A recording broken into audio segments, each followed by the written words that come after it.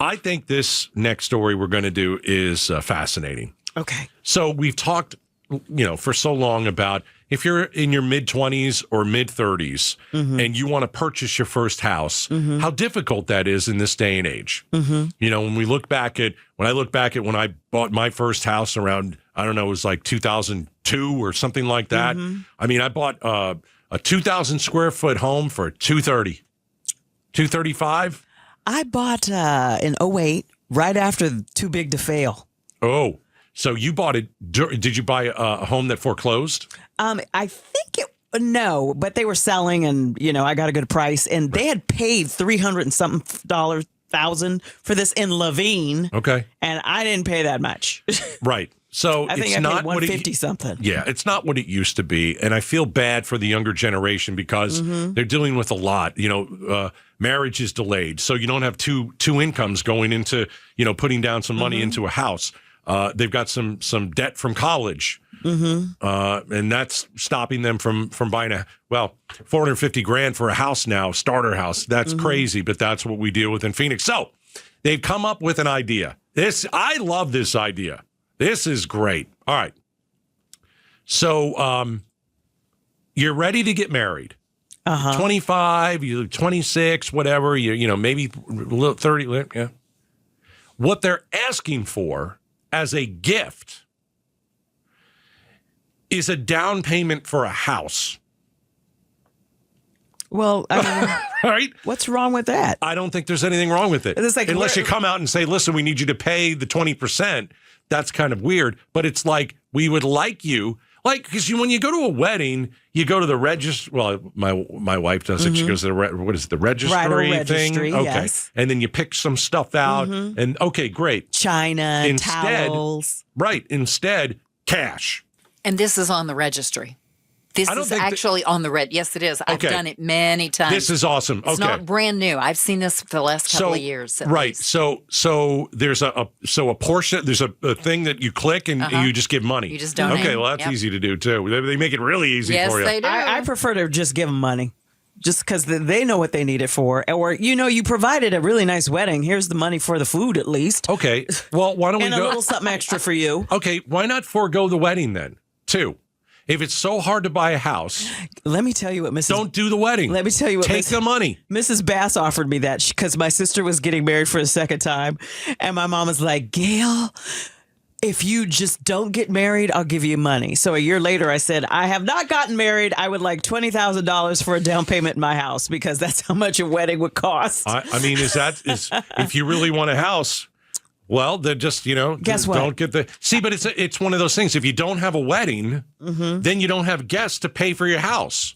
Well, if you don't have a wedding, you don't have a huge expense. Yeah. Right? If you don't have a wedding, will parents of the bride give the money to the couple to get, you can start it there, or you can say, bring us money. We're going to have a big, see, if I'm one of these, Elope. Yes. But if I'm one of these kids, I'm like, give me the party and give me money. I'm going to take both of them. You can do that. You have a wedding party. You don't have to go to the courthouse or Vegas, baby, and then just have a big wedding party and say, this is our wedding party. They'll still bring gifts. Yes, they will. And So then you you can have save the both. money on the wedding. This is diabolical. Just have a big house party. That's what I would do. That's what I'm planning to do. When I get married, you're not going to know. You're not going to know. We're going to get married, and then it'll be a party. I'll say, everybody come to the party, and at the party say, we got married. Because I don't have to give you a down payment for a house, though. We don't need anything. I have to tell people at Christmas and my birthday party, do not bring me anything. I have everything I need. I'm a 58-year-old woman. Excuse me, I'm 56. My boyfriend's 58. I was going to say, right? It's like, I have everything I need and more. Please do. And plus, I used to sell e-commerce. I have every trinket, I have 5 suitcases. Why do I need 5 suitcases? Like, I have everything I could possibly want.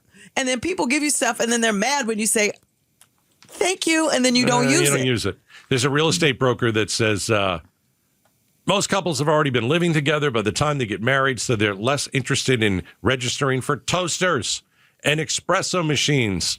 As they already have household items. So don't put any of that in there.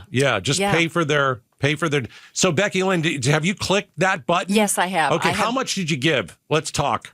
That's personal. I know it's personal, but I ask personal questions. Yeah, I'm not going to tell you how much I gave, but I will tell you it was a relative, but I've seen it on several others. More or less than $500. Oh, if it's $500, then I'm inviting the mayor of Peoria because we talked about that. You know what? So coming from the South, okay, the bastion of etiquette. Yeah, Yes, dear. I come from the North. We don't have etiquette. I just asked the question. Bless your heart. Bless your heart. Right. So back in the day, I know it was frowned upon for couples who were getting married to ask for money. You're not supposed to do that. No. If someone wanted to give you money, that was fine, but you did not ask. In fact, you didn't even tell them where you were registered. They had to go find it out because if you told them you'd register for gifts, that was you asking for a gift. Yeah, I saw that in a Miss Manners book. Yes. It's like you're not, back in the day, you didn't even tell them anything. No.